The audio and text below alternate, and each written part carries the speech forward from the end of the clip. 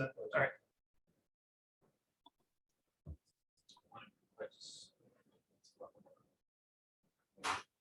We're recording? Okay. Usually there's a recording in progress. Anyways, that comes up. Jesse? It's recording. Oh, it is. Mark can't hear you. Mark can't hear. I'm just talking. No, I know, but Before the- generally, I'm just saying. All right, I'd like to call to order the Finance Committee meeting of October 25th, 2022. I'm the vice chair of the committee, who will be chairing the committee. Alderman Johnson, who's normally the chair, is absent. So I'd like to do a roll call. Alder Burnett here. Alder Galvin. Here. Alder Hutchinson. Here. Here. 3 are present, 1 is excused. I'd like to move forward to the approval of the agenda. So moved. Second. Motion to approve by Galvin, second by Hutchinson. All those in favor say aye. Aye. Aye, opposed, motion carries. Next agenda item, approval of minutes. So moved. Second. Moved by Galvin to approve, second by Hutchinson. All those in favor say aye. Aye. Aye, opposed, motion carries. On to regular business. Item 1, resolution amending the City of Green Bay 2022 fee schedule. Director Ellenbecker, I may have to turn this right over to our attorney. Attorney Bunker, good to see you. Hey, good evening. So we noticed that there were a couple changes that were left off on the draft that's included in your packet. So I just wanted to alert the committee to those changes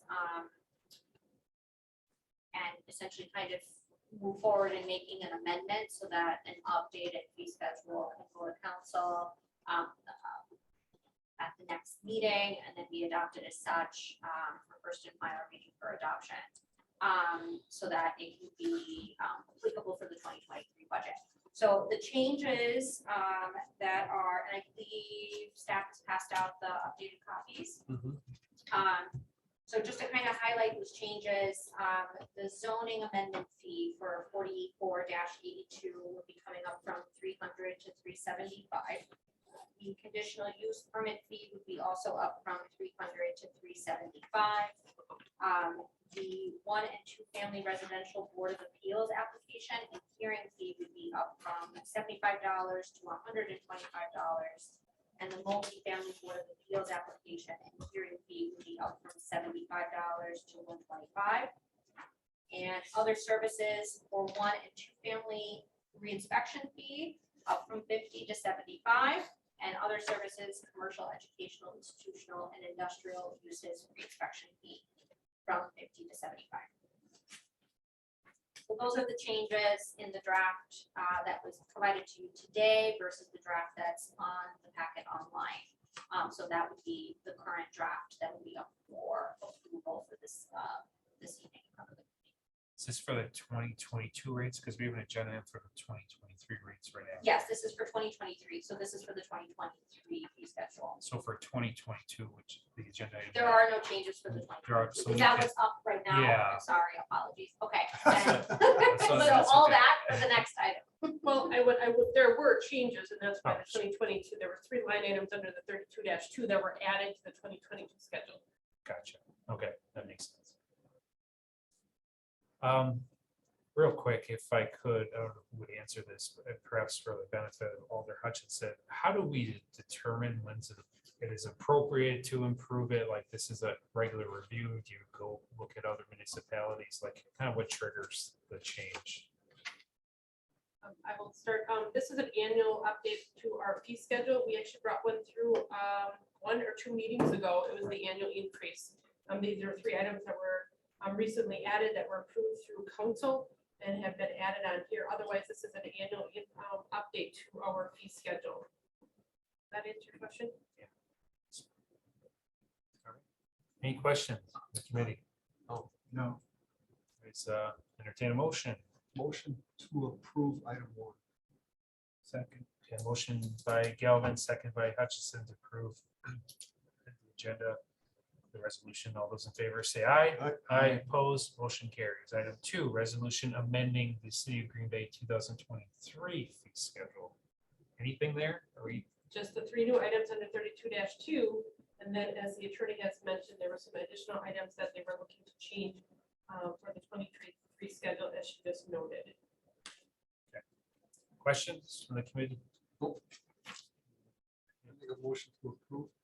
Second. Motion by Galvin to approve, second by Hutchinson. All those in favor, say aye. Aye. Aye, opposed, motion carries. Item 3, for consideration with possible action on the 2023 to 2027 capital improvement plan. Director Ellenbecker, when you start, you could just kind of explain for those who may be watching this meeting versus the previous that we're kind of breaking it up in segments.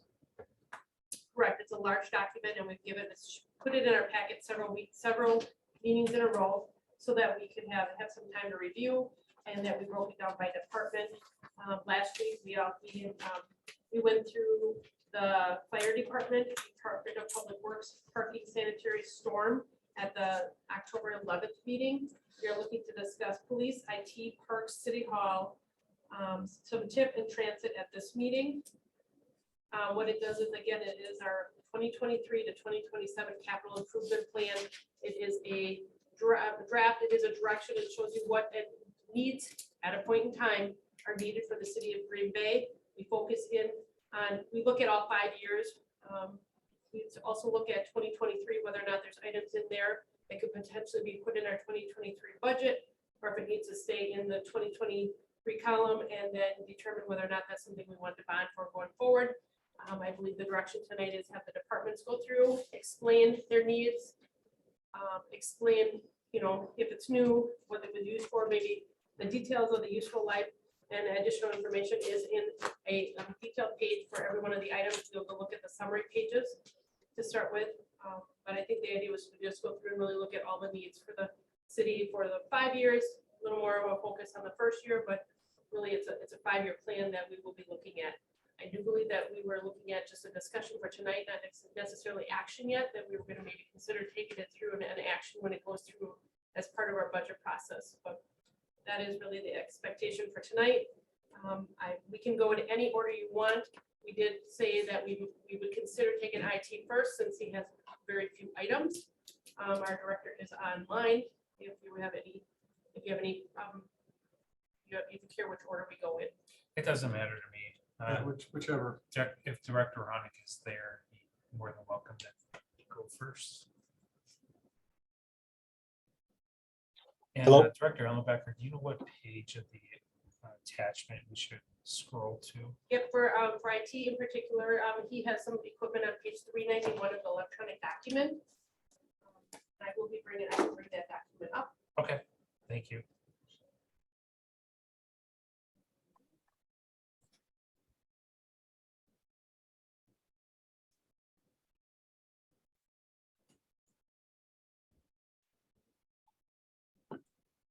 $391 of the electronic document.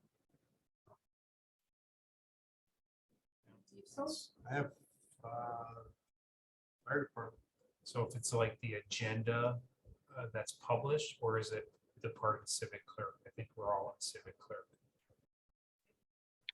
I think it's the agenda online. On the city's page. 391 of the electronic document on civic clerk should look like the equipment replacement page. It's see on the screen. Does that fall in line with what you're seeing on your? It doesn't, but I think we can look here while we figure it out. But Director Ronick is listening. If he's available, there he is. Go ahead whenever you're ready, Director.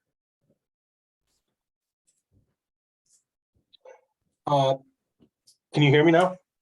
For a moment, we're not hearing you, Director. You cannot hear me. Hmm.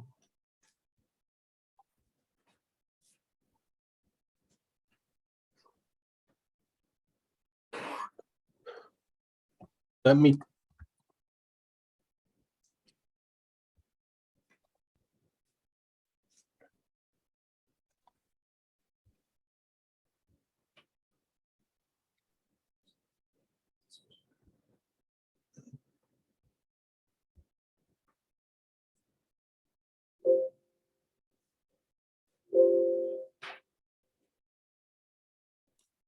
Mike, can you Mike, check that? I can hear you, so the problem might be in the conference room. Oh, you can't hear me. All right, now we can We hear you, got you. Director. Oh, okay, all right, great. So in 2023, we're just doing an annual, this is our backup system, our data backup system. So we purchased that a few years ago and we just string that out for 5 years. And then in 2024, we're replacing our data center. And so many of these smaller items like the core switch would go underneath there. And I possibly the DR site air conditioner, which is 15 years old. And our firewall was recently purchased last year with a cybersecurity grant. And then, is there any other questions?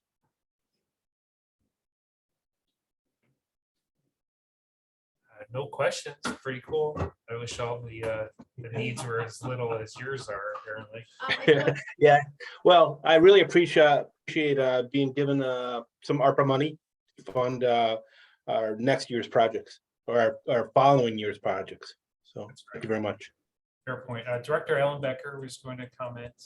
Go ahead. I just wanted to say that for the first couple times we put this packet into the CIP in our packet, we had not made any changes. From the last meeting, this meeting, we did make a few changes, and those are recommendations from the last Finance Committee meeting. There are a few items that were committed over the course of this past year. We made that note in documentation in the book. There are a few items that needed to be removed because they were either no longer considered capital, and that included some items that the IT would have had on their first packet 2 weeks ago. There were some things that are in the annual operating budget, let's say laptops, or some other monitors that he had, that we had at one point put on this report, but since they weren't really considered capital $5,000 items, we have removed them from this list. So there were a few items in particular for IT that would have been in the report 2 weeks ago that have now been removed because they're not considered a capital and they're included in the 2023 operating budget. Okay, thank you for that. Anything else, Director? Well, first of all, any questions from the committee for the director? Okay, I think you're free to go, sir. All right, thank you. very much. Thank you. All right, Director Ellen Becker, who's up next? We have the park director sitting in the room. Sounds good to sounds good to me. So our list is a little more extensive than IT's list, but I'd be happy to kind of step you through our process of how we selected it. So we'll start first with projects, I'm guessing, park projects. Yes, yes, and I will get you to page 47 of the document. So our total request for park projects in 2023 is 1.47 million.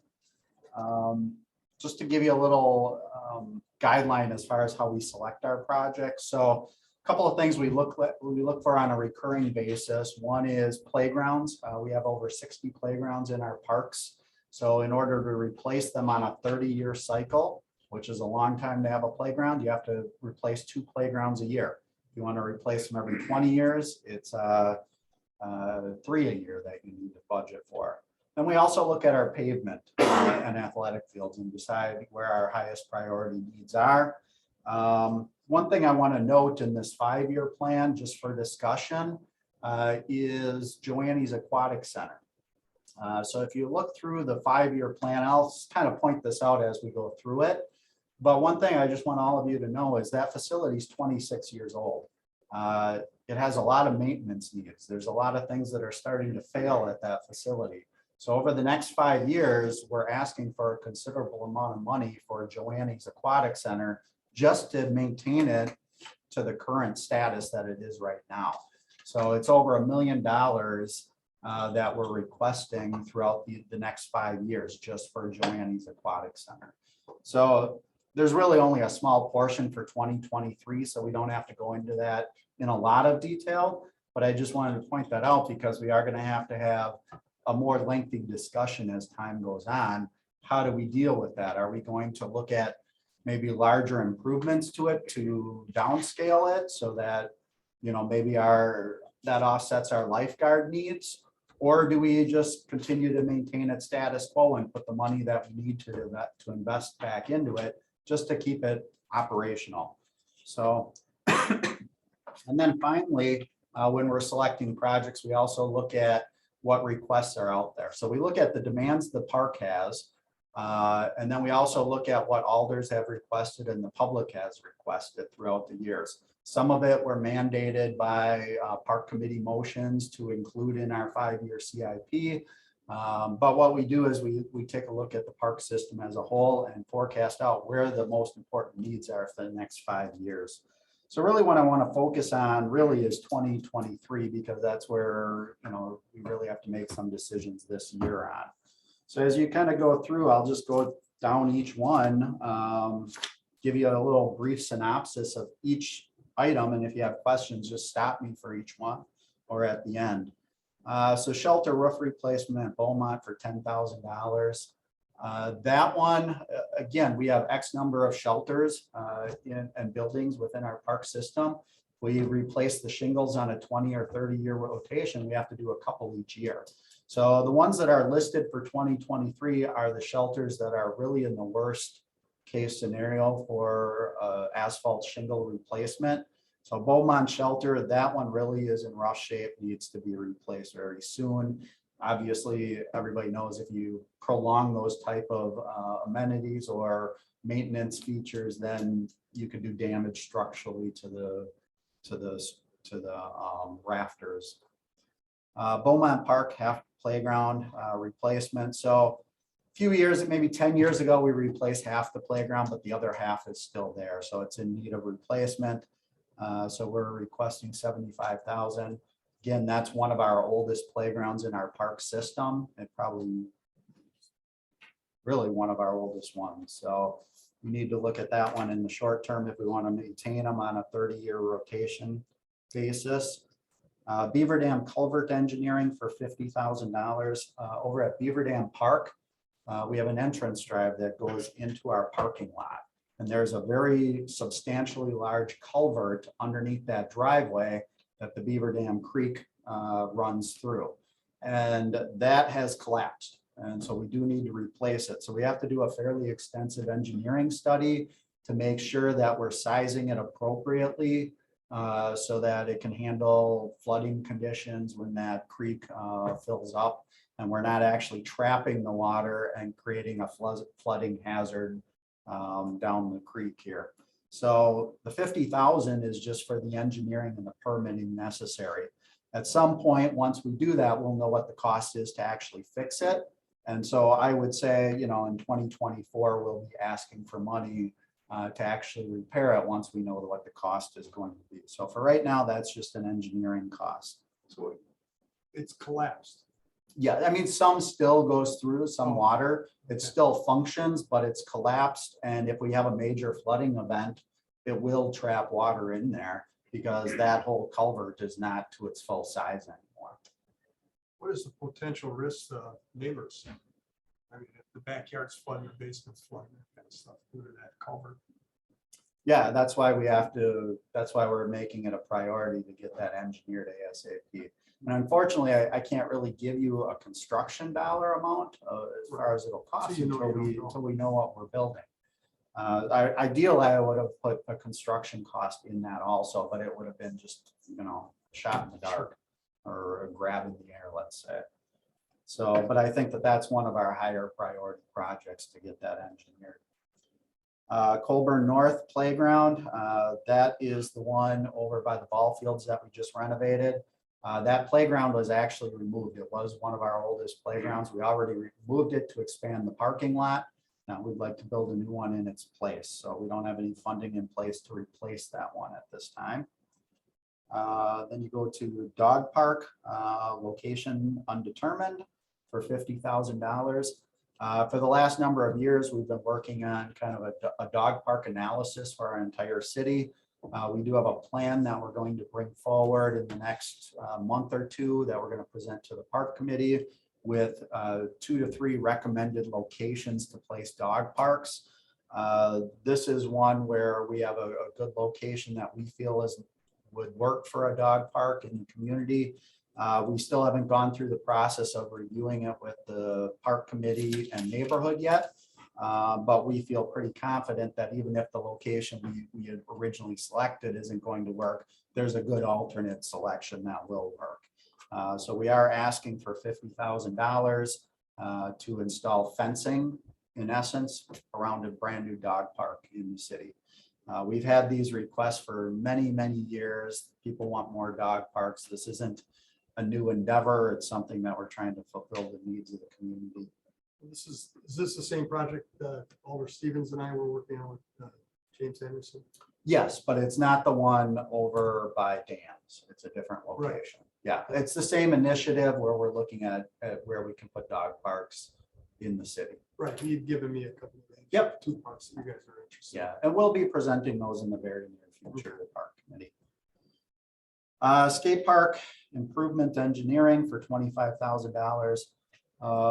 There has been a fundraising effort by the skateboarding group to actually improve the skate park at Joanne's. That facility we built, I believe, in 2000, right around there, maybe it was 2001. So it's getting old and outdated. And there's certain parts that the skaters would just like improved. And I think it's, warranted, and there's a need to improve that skate park. So what we'd like to do is request $25,000 to hire an engineering consultant to actually guide us towards how can we redevelop that skate park to a better capacity and to meet the needs of current skaters. In addition, that fundraising dollars for $20,000 will go towards that engineering also. So $20,000 is not enough to hire an engineering consultant to design it. So this one's, we already have some of the funding in place. Joanne's tennis court color coding, $70,000. That tennis court is in drastic need of recolor coding. For our large tennis courts within the city where we team up with the school district on at the high schools, it's actually a 50-50 split. So the school district pays half, the city pays half. They approached us maybe 1 to 2 years ago and asked if we were in agreement that it's time to recolor code those. And I do think it is. They are not high school quality tournament facility courts right now with how they're color coded. So the school district, I confirmed today, they already set aside $70,000 for this project. So we're asking for the other $70,000. Joanne's maintenance building roof replacement, $45,000. This is one where the roof shingles are in terrible condition. We do need to replace those. This is part of that, $1 million plus that we talked about at the beginning of the presentation here. But this is one, no matter what we do with that pool maintenance building is going to, in essence, remain untouched because that's where all the mechanical systems are. So we do need that repaired fairly soon. It's also one of our higher priority projects because those shingles are in rough shape. Then we get to the Joanne's East High parking lot replacement for $350,000. That is also an agreement we have with the school district where they'll fund half and we'll fund half. The total cost is estimated to be $700,000 to resurface that parking lot. And we did confirm that the school district does have their $350,000 in hand. So we are requesting our portion of the project. Also one of our higher priority projects. Kennedy Shelter roof replacements. That's a third roof that's in bad shape and would need to be replaced. Murphy half playground replacement for $75,000. Again, one of our oldest playgrounds. We already replaced half of it. This is the other half. Old Preble stormwater engineering. So recently we put a new playground at Old Preble Park.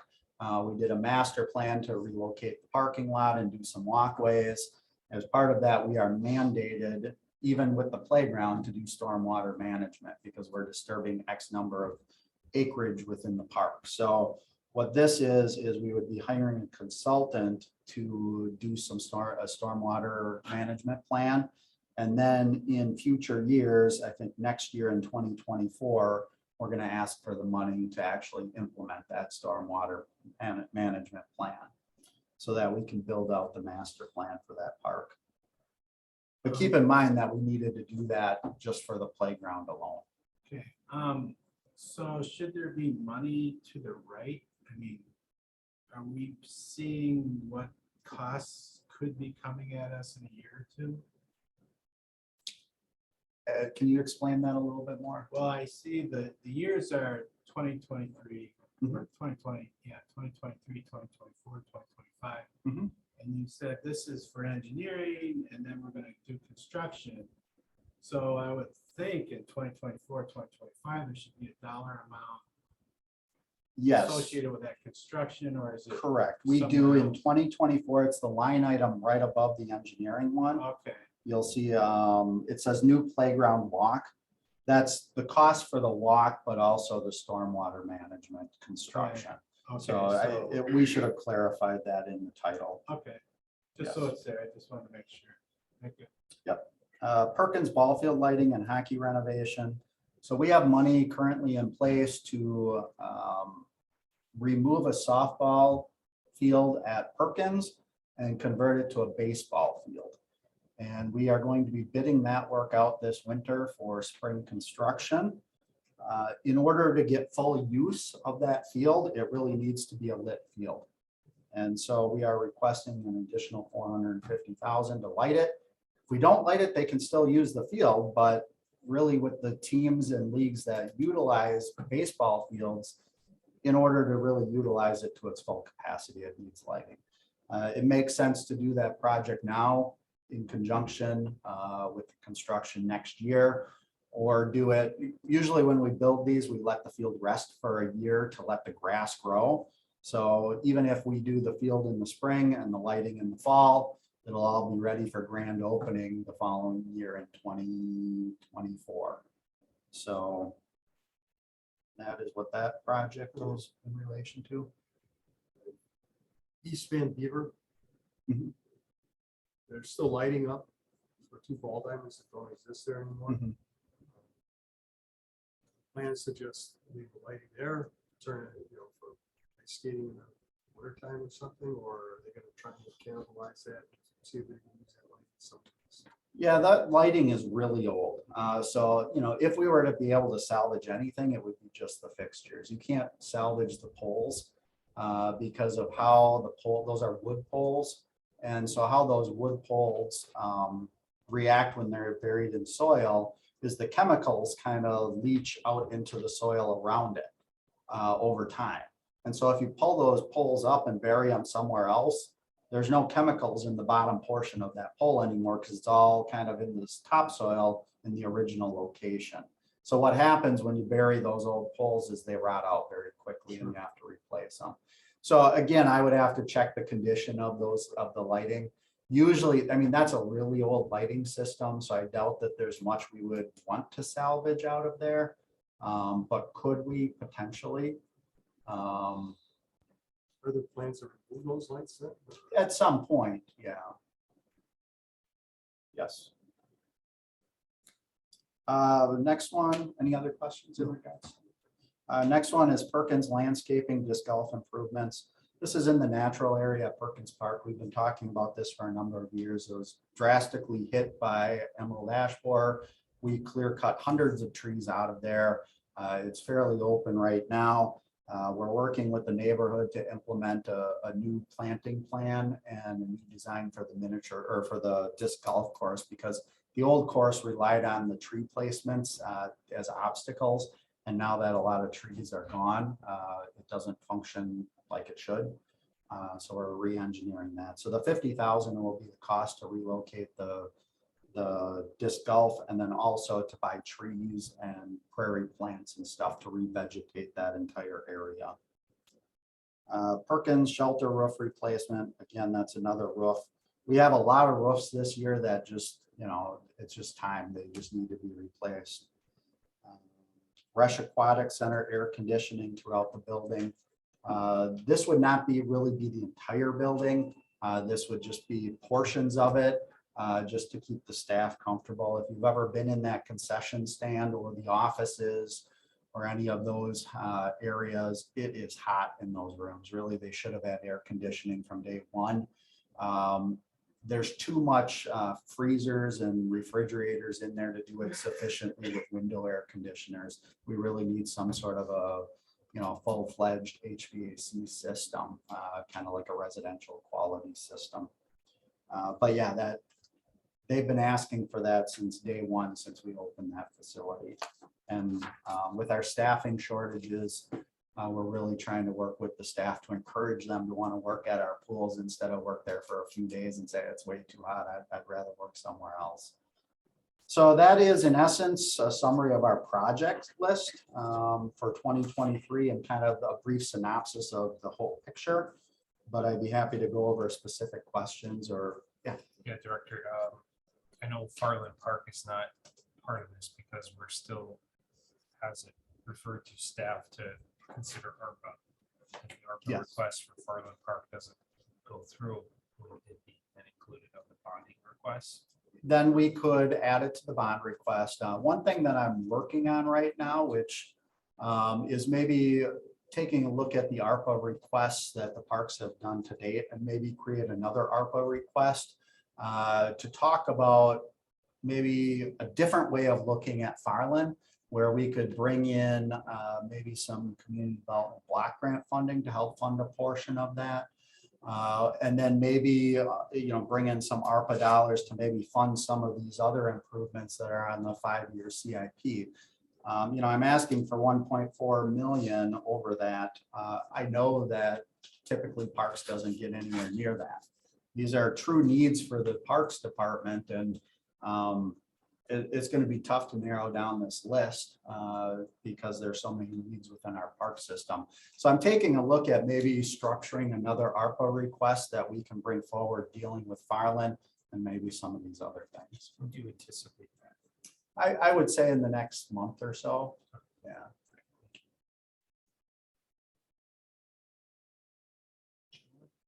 Any other questions?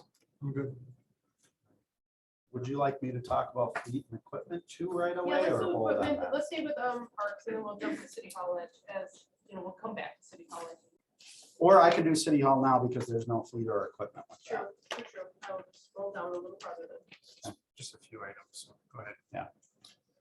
So City Hall, these are the same projects we've been talking about for multiple years. Priority one is the roof.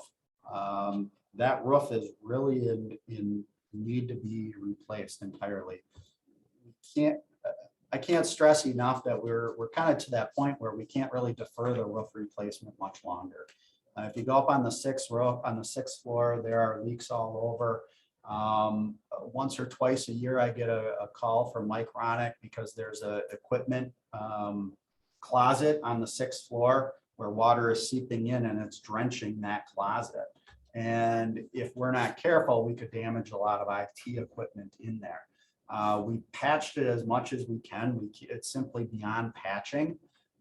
We have enough money currently in our City Hall bonding to replace the roof on the penthouse. There's an existing penthouse that has a lot of the mechanical equipment in it, but that's all we have money for. So and that is not going to take care of the problem with the leak in that closet. That leak is actually beyond that penthouse in the main area of the roof. We were thinking it was part of the threshold, but it's not. It's actually in the roof itself. So I would strongly recommend that, we secure funding to replace that roof as its entirety for the 600,000. In fact, if you were to ask my recommendation of this and all of the park projects as a total, this would be probably my #1 priority just from a maintenance need between this and all of our parks. That's how much it's getting to the point where we have to replace that roof. We've just deferred it for so many years. How many years have we put this off? I- Last year we did. We put it off more years than that. I know we originally put some money aside in 2020 for it, but after we started researching it, we found out that wasn't nearly enough. So, we've been asking for more money since. And even in 2020, that was beyond the age limit that Berner Schobers and Associates recommended we should have had the roof replaced by then. So we're already beyond the recommendation that an architect gave us, well beyond. And like I said, this is one where I know everybody wants to wait to see what happens with the larger study about, maybe relocating City Hall or combining with police and fire. But this is one where you just have to make a decision on one way or another fairly soon. The rest, are going in priorities by year. And so the next priority would be replacing the electrical service for 1.1 million. So the electrical service is in really rough condition. All of our panels and equipment are in the basement and they're original to the building. I mean, we can only upgrade them so much without having to replace the whole system. And in fact, our main power source, this should be outside by code, but we're grandfathered in, and ours is in the basement in a room. And so it's a fairly substantial cost to get that out of the basement and put it outside where it should be. So again, that would be my number 2 priority as far as the needs for City Hall. And then beyond that, mechanical needs to be replaced. Could that wait a little bit? Yes, it could. That's why it's in future years. And then once you get past the electrical and mechanical, then every floor needs some major renovations. And so those are kind of broken down by year. So it's a large cost for City Hall. I think we have 10 million in there for the next 5 years. I think the decision has to be made. What do we want to do with City Hall? Do we want to stay here or not? And if so, how much of this work do we want to do? And do we want to renovate all the floors? But really the roof and the electrical are the kind of the number ones. And electricals were pushed off a couple of times. Yes, we've discussed all of these projects for several years now. It's 1.1 million. Seems to be a bid process, but is that enough? I mean, so for building trades, there's just a shortage of skilled labor. It was the last time we looked at it, but that was before all the cost increases went up. So if that's something that you seriously would like to fund, I can definitely look into that and get you a more up-to-date cost. But this was before construction costs skyrocketed. That and just skilled labor is the other Yeah. component too. So Yeah. just residential, just on my own property, trying to get an electrician, it was a Mhm. month and a half out, so. Yeah. Crazy. Any questions, Alder Hutchinson? Fleet or equipment? Let's go to equipment. 392 of the electronic. Yeah, and by the way, thank you for that, Director. In the, I don't know if the gentlemen here know this, but I'm on page 13 with Director Scheid. So that we're in the beginning, whatever was on the board view or civic clerk, we're right in the beginning. So page 13. So, by the CIP was uploaded. Yeah. So we're right in the beginning. Anyways, go ahead, Director. Okay, so when we go through equipment here, I'll just give you a brief synopsis of each one and kind of the need for it. So, and I'm really just going to focus on 2023 for equipment replacement. In general, we look at our oldest equipment, what's breaking down the most, and that's where we put our highest priority for the current year, and then we forecast out future years. So in 2023, we do have a trailer for a Bobcat, and I believe, don't quote me on this, but I believe we're replacing an old trailer. Let me just see. Yeah, so the old trailer was bought in 2003, and it's in rough shape, and so we really need a new one to replace.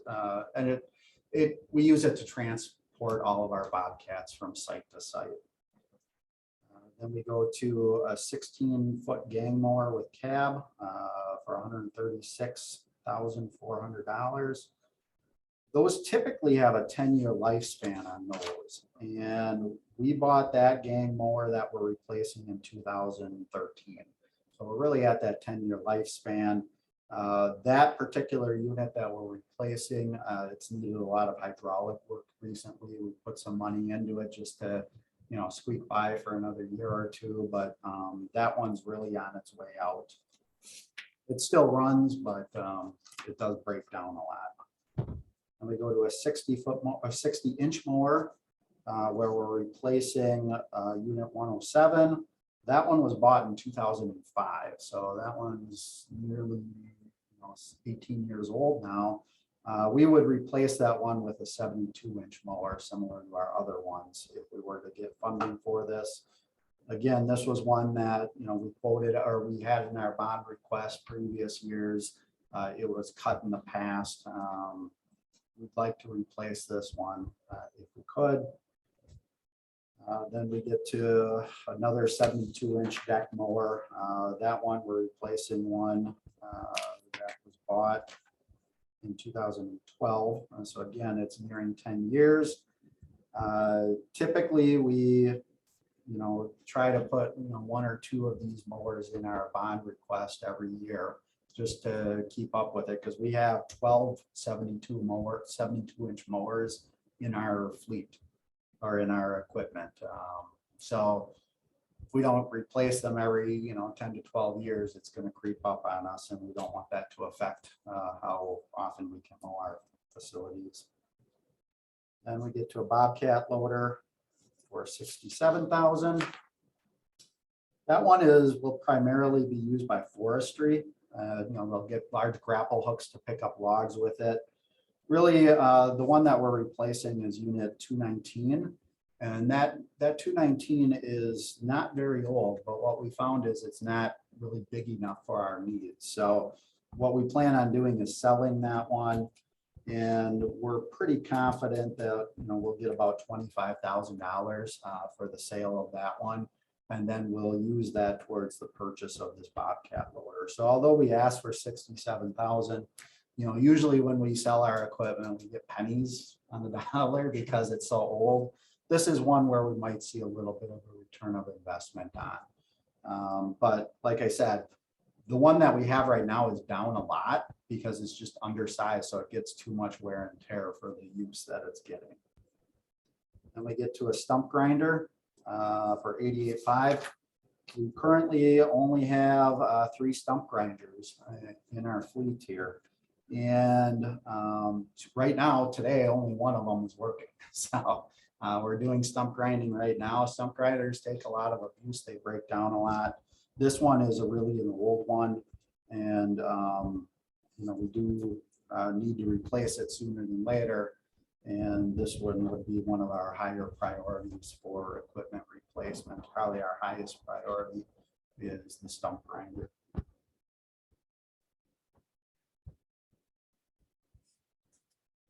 Now, I believe that when you read this over here,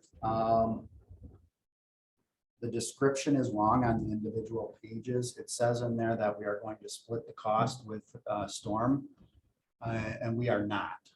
That is not what we're proposing. Because if you recall, forestry budget is split 88% Storm and 12% city budget. We've had some internal discussions. How do we deal with the equipment and fleet replacements for forestry? Do we do the split with Storm again for when we're purchasing equipment and fleet? Internally, we decided to put that all towards city bonding and not charge the Storm account. So when you read over the actual descriptions on these individual pages, it's misworded. So it says in there that we'll split it, but we're not going to. At least that's not what we're proposing. If you choose to do that, that's your discretion. But I do know that the Public Works Director did not build that into his Storm account to account for 88% of our forestry equipment and fleet. Any questions, comments?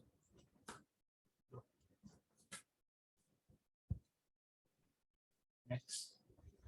Okay, then the fleet. We only have 3 items for fleet on our request for 2023.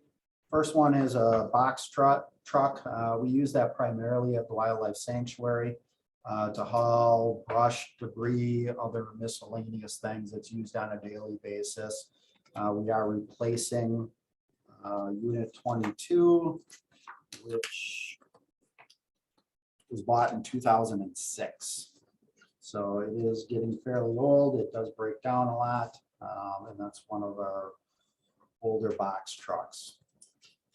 Then we get into the next one is 3/4 ton 4x4 pickup, unit 27 for 52,500. That is used for plowing in the winter, so we'll attach a plow to it. And then in the summer, we put a trailer behind it and haul stuff, haul bobcats and other equipment. Again, that one's a fairly old unit. That one says, like I said, that one was bought in 2006. So that one breaks down a lot also. And then the last one is really kind of a big hit for the budget here. And that's a 70-foot aerial truck. That is one of the large boom trucks that forestry uses to really get up high to a tree to do the pruning and cutting safely. It is it's probably our highest priority for the fleet replacements. And we only have, I believe, we only have 2 trucks. And they're both getting pretty old. And the problem with these forestry trucks is it's kind of like a fire truck. It just takes years to actually get. So what I'm being told is after we place an order, it'll be maybe 3 to 4 years before we actually see it here in City Hall. So if we wait until the truck breaks down, we're down to 1 truck for our entire forestry department. So it's really kind of timely. That's a really old one. We really kind of have to think ahead on this one since the lead times are so long. If you look at 2027, we also have the other one slated for 2027. So that's a summary of the fleet. And again, we're not splitting this between Storm. This is all city bonding. Questions? from the committee? Director, welcome, appreciate it. At this point, I think I would suggest going to the police department.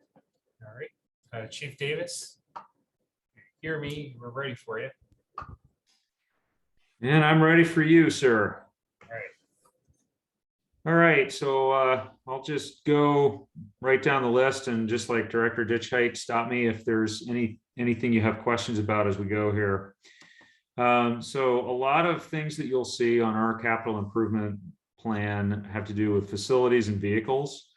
This first item here is asbestos removal in the basement of the police department building. This is related to the locker room renovations and shower repairs. We know because of the age of that facility that there is asbestos in there that will need to be abated as part of the work that needs to be done down there. And still there's still asbestos pipe linings and those kind of things. I'll skip to the locker room and shower repairs because those are related. Obviously, this is an aging building it's those facilities have reached the end of their lives. You know, locker rooms in a 24/7 operation are used pretty hard anyway, and they are not in good shape.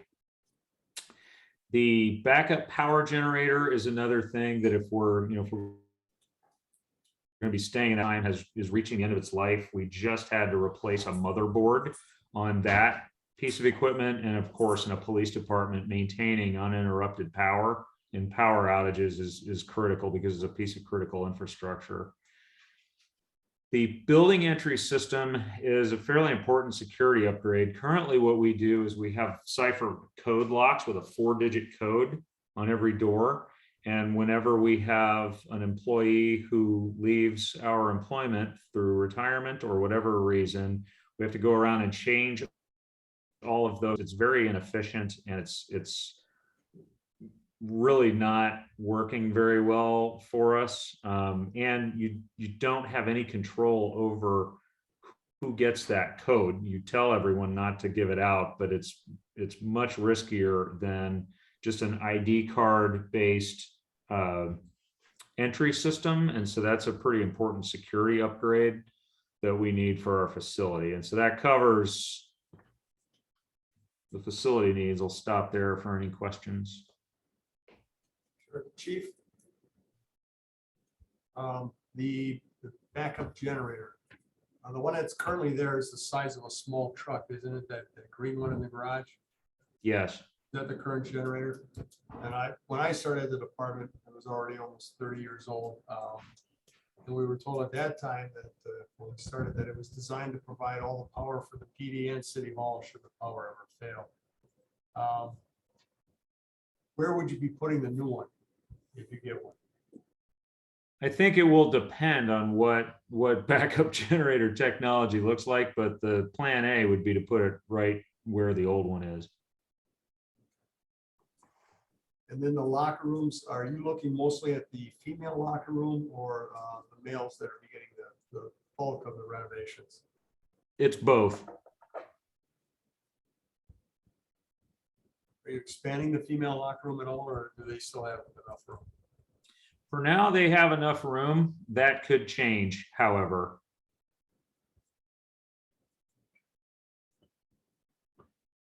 All right, thank you. Sure. Okay, Chief Davis, you can go to the next part.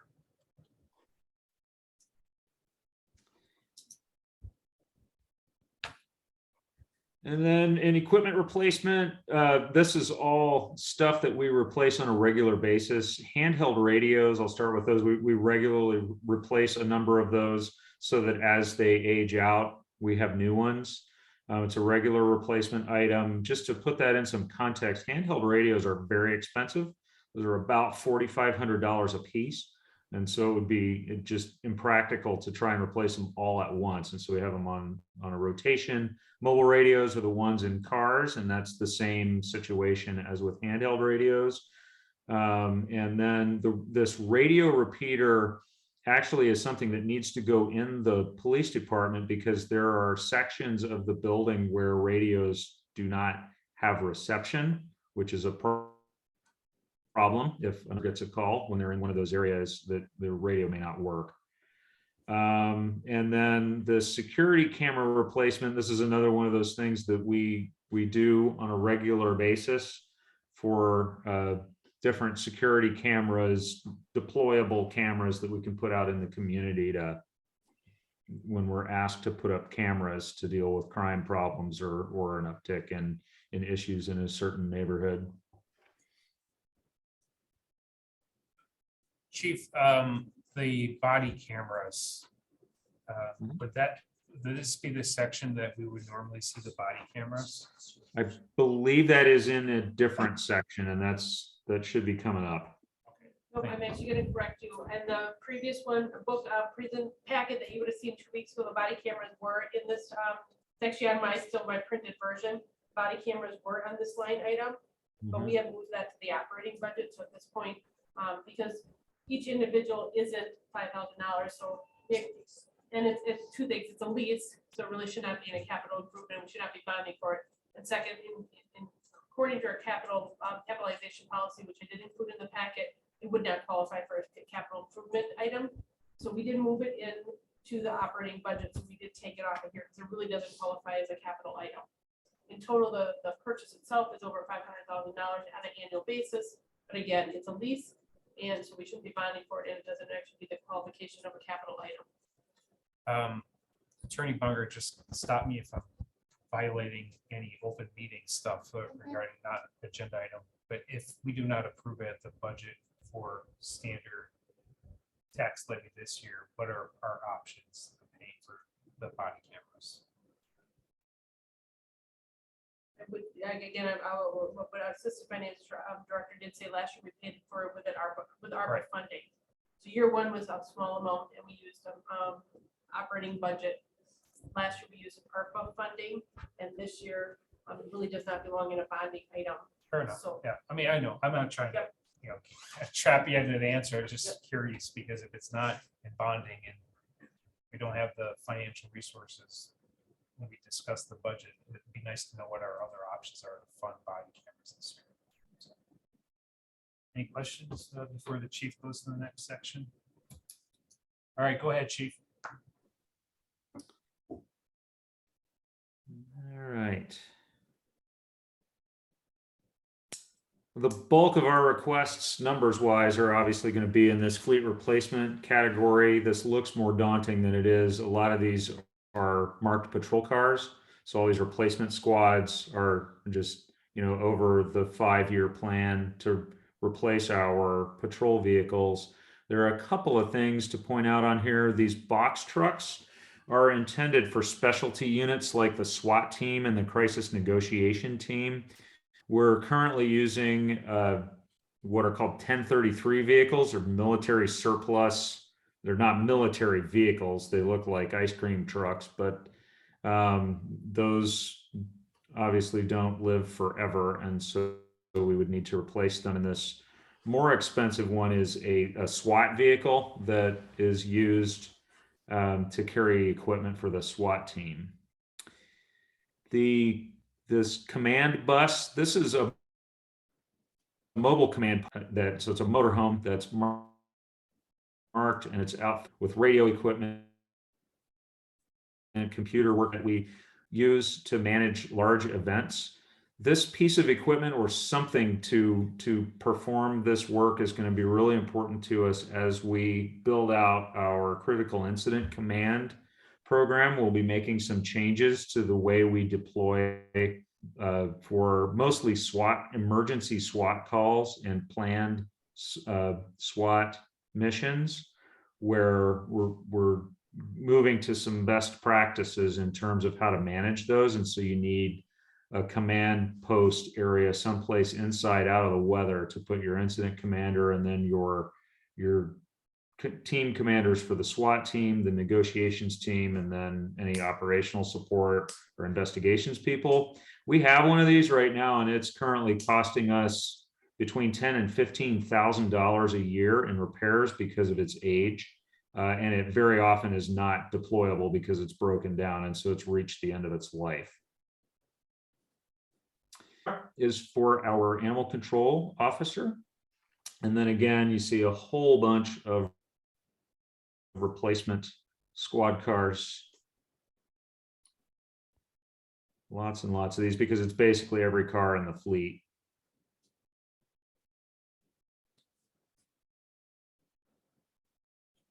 Chief, what regards to the police cars, I just recently heard that the order that we submitted and bonded for probably won't be fulfilled this year due to vendor issues. Like there's a backlog in manufacture of the cars. Is there a concern, like if we bond for cars this coming year, kind of similar to Director Ditchlight, that we might have to wait a few years to get them? Yes, I'm very concerned about that, and we're looking at different options for how to deal with that. We are currently going through a marked patrol vehicle in about 3 years, which is on the short end for police vehicle fleets. Really, you should be able to get 4 or 5 years, but that's a symptom of a vehicle fleet that is too small for the demand. And so we're getting to 100,000 miles on these cars in 3 years. And then you reach the point where the cost of ownership of the car becomes more than it's worth, basically. And you're actually saving money by replacing the car. And this shortage of vehicles is going to cause us problems with that, because we will be keeping vehicles in the fleet longer than we really should. And I do expect that to impact our vehicle maintenance cost, at least I would say probably in the next couple years, optimistically, until the supply chain rights itself. There's a little bit of uncertainty in that situation. We're looking for other options for different types of vehicles that are maybe a little more available, but there just aren't, other than Ford, there aren't a lot of manufacturers out there. Ford and Dodge really are the main manufacturers, and to a lesser extent, General Motors. And I think we're seeing the same thing with a lot of those. But long answer to a pretty specific question, but yeah, that is going to be a problem for us. So Director Ellenbecker, when we bonded for the police cars last year, that was a 5-year bond issue, or was it 10? I forget. It was a 5-year. So the situation that we're facing with not getting the cars this year is that we did still bond the money. So we're paying interest on the bond issue. I don't know if interest is the right word, but we're paying that financial costs of the dollars that we bonded.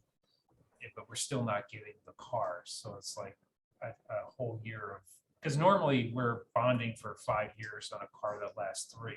Now we're bonding for 5 years for a car we're only gonna use for 2. So it's problematic if we bond for all, because we still need to put the purchase order. If the manufacturer, they're not gonna take us seriously if we don't pay for that. Any comment from a financial standpoint? Well, again, part of the problem, like you said, it's kind of the situation we talked about with the director earlier also, is that we have to know that the funding is available for us to put the purchase order in. So the purchase order was put in, we got the 2022 equipment approved, so we put the purchase order in. After the fact, it appears that that is questionable whether or not we will get that one. That money, again, we have it in the bank. We're earning some interest on the front end because it's in the savings. Of course, we are paying interest on the loan itself or the bonding. I'm not sure how else you would do that unless you still have to obligate. You have to say that the council is willing to obligate the dollars so that you can put the purchase order in. We did not anticipate that this purchase order is something new. It's something that in the 10 years I've been here, that we've never had where we put a purchase order in for this type of equipment and came back and said, oh, they might not have enough. And now we're not going to fulfill your purchase order. So this is something new we haven't experienced before. Yeah, I don't know what the answer is. So it stinks all the way around. So Right. it's no one's fault. It's just the circumstances. And Alder Brunette, once we do get the car, it'll just be, a year or 2 late. It'll still last for 3 years. We're putting off when we get it. And the other problem is that it will throw off our normal vehicle replacement schedule. And we're just going to have to figure out how to make that all work. I know that's why the focus or the push is to pay for as much of some of the front end, so we don't have that interest expense we'll be facing this year. So, Yeah. anyways, any questions from the committee, Chief? Another section, Chief Davis. Oh, that would be it for the police department. All right. Last call. Anybody for Chief? Transit. Okay, Chief, I think we're done with you for now, Okay, thank you very much. sir. Thank you. All right, transit.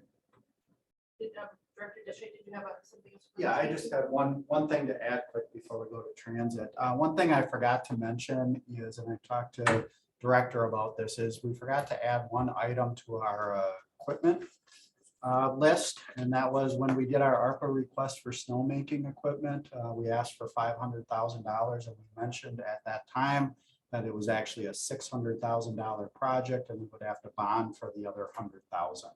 So that $100,000 would be to buy a used piece of snow grooming equipment. So in essence, it's a large tractor that can groom the snow that we're making. So the ARPA request was approved after we submitted the initial request, and it was just an oversight. So I would respectfully like to add that to the request. Thanks for pointing that out. Okay, for transit. I will talk to the transit item. The director of transit had asked if she needed to be here, but I have a follow-up from her today that the $200,000 that's in there for 2024, at this point, can either be pushed off or removed. There is enough money in the capital account that we maintain and usually pay the city or the city's share of the buses to cover the ones that are for 2024. So at this point, we aren't looking for anything for 2023. The items for 2024 either can be removed and or pushed back. So at this point, there's no request for transit. So we will either revise that, get more details, but at this point, there's no current request for the transit. Okay. We will also go to, I will go to, we have tips. The request for shipyard phase 2. I'm sorry, actually, that still should be phase 1. I apologize, the first line. We still have an additional request for some money for the shipyard phase 1. I am actually going to, that is going to be an additional request to complete phase 1. And that is just based off some recommendations from the development team. We're looking at $3.5 million. Again, that would be TIF funded, that would pay all debt for that project. And then there is an additional request for some money for the shipyard phase 2. And right now that is pushed off into potentially 2024 and 2025. Now, from my understanding, when we passed this, I know we talked about it a couple different times, but wasn't this like a pay-go TIF that as we generate taxable property, that would pay down the TIF?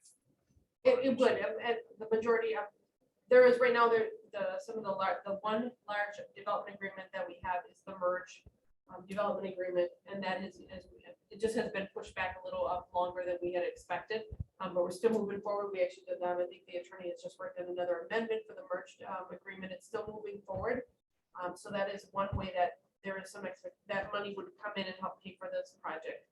There was actually also some other transfer from other TIFs to come into this to TIF 22 to help cover some of these front end costs. This is one of the exceptions, that this TIF is one of them that is going to cost the city more money up front because it is property that we've owned and we're making the improvements on it.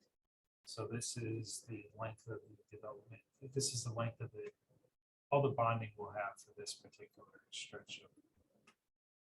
That is what we have, that is as That's far what we out as approved. we have been projected, correct. And the only one other item that is in this book, and it's also going to be a very quick discussion. There on the clerk/treasurer's line, there was some discussion years ago whether or not the city was going to have to help pay for the replacement of the DS 200s and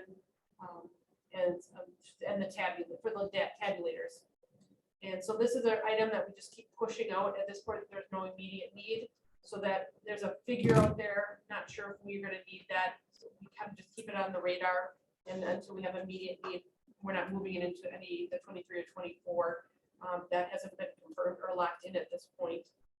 But we didn't want to lose sight of it either, that there might be a chance that we would have to help pay for the replacement of some of those tabulators in the years to come. So the county is it the county or some sort of state program for, who else would pay for them? I would say it's the county. County, right? The county actually owns the current tabulators. We own the DS 450s that we were using election grant money to have purchased, but the current 44 DS 200s is currently owned by county, and we pay for the maintenance. That would take care of all the items in the CIP 2023 through 2027. Any questions from the committee, Alder, Stoyer, any? Okay. We're good. All right. Well, thank you for that. That wasn't so bad. A lot of dollars, but it's where we're at, I suppose. Do we need to take action on this? It's just receive and place on file. What have we done? Yes, that would be So appropriate. moved. Motion by Galvin, second by Hutchinson to receive and place on file. All those in favor say aye. Aye. Opposed, motion carries. Item 4, for consideration with possible action, resolution requesting Brown County share its sales and use tax revenue. Alder Galvin or Attorney Bunker, who wants to set this one up? I'll set it up again. When the county was pushing us hard for the city to agree to this, the county exec, Mr. Streckenbach, and the head of the county board, Patrick Buckley, called me several times, talked to me, explaining what their project was to get my buy-in. I imagine they called the other alders too. And at that time, I asked both of them if at some time in the future, when their project had been paid off, would they consider continuing the half-cent sales tax and then figure out a way of revenue sharing that with all the municipalities within Brown County. They told me, obviously, they didn't agree to it, but they said that's something that could be looked at in the future. So as I saw in the news that the county decided to extend the half-cent sales tax, I thought, hey, wait a minute. Let's see if we can get on board with this and make everybody just a lot happier within the county. So that's where it's at. And for the sake of those watching, that in the agenda pack is the actual resolution that I'm assuming our law department drafted. Attorney Bungert, do you want to, real quick, what I'll say from, as a member of the committee and council, when I originally kind of thought about this, it would be, how can we ensure that the city of Green Bay would get the fair share of Brown County expenditures, like, for example, libraries, human service building they maintain downtown, like all of the revenue of the museum, all the other cultural entities and roads and whatever, that county projects would benefit Green Bay.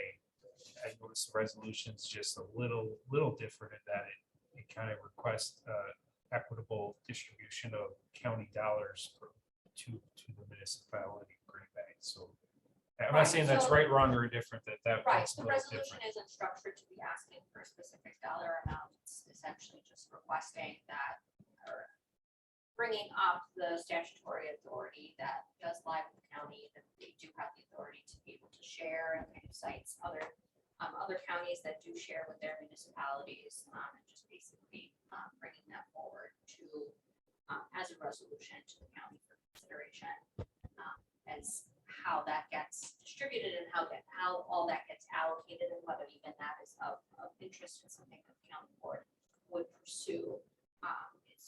It's within their authority and their scope. Questions, comments?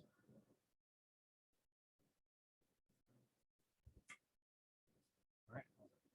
Do you motion? Motion to approve. Yeah, motion by Galvin, second by Hutchinson. Other discussion, any comments, questions? Okay, all those in favor say aye. Aye. Aye, opposed, motion carries. Next. Report out on the results of the natural gas 2-year agreement with Twin Eagle. Yes, I'm actually gonna turn this over to our procurement manager, Tom Walensky. And this is an item that we had brought to you, a couple meetings ago, just talking about how we were ending a 3-year agreement with Twin Eagle, which helps us buy thirds of at a discounted price. And so we are now have signed in a 2-year agreement. You gave him the procurement manager the opportunity to sign it when he worked with the vendor and trying to find it at the lowest possible price in a period of time. Tom, are you on the line? He is on mute. You're but still he's muted. there. Yeah, I'm here. All Thank right. you. Any questions in particular for Tom, how this went? Any questions about the agreement? I do. Tom, this is Alderman Burnett. When we had, when I looked at the budget, I noticed there was additional expense for natural gas or gas this coming year. And my understanding, when we enter into these contracts, that the rate that we would obtain fuel was basically set. Could you kind of walk through that? I'm trying to understand that process. Yeah, we were locked into a 30-month contract, so there's 7 days left on that. So as of October 31st, we had to enter into a new contract. And we buy that off the state contract. So Twin Eagle is our consultant on that. So they manage that account, and we have a gentleman representative there, Michael English, who monitors the gas for us and stuff. So we started monitoring this back in April. And believe it or not, around September 30th was the first time it came below where it was on April 12th of this year.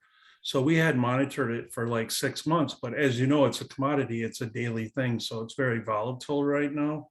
So we were trying to figure out when we could get the best price locked in before the current contract expires.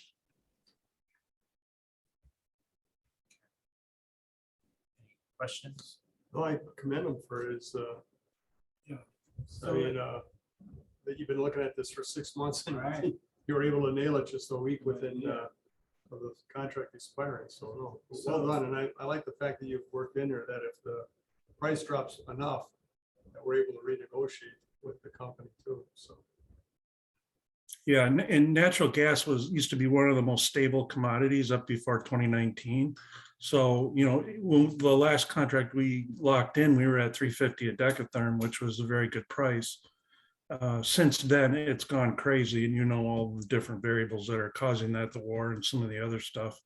But there's also a supply that's leaving the United States right now and going to Europe, and that's creating a price spike for us here locally, domestically. So there's a lot of things going on with that market. So it went from one of the most stable markets to one of the most volatile in the last 2 years.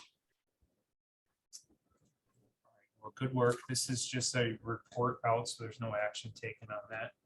Thank you, and thanks for sticking around as long as you have. Appreciate it. Thank you.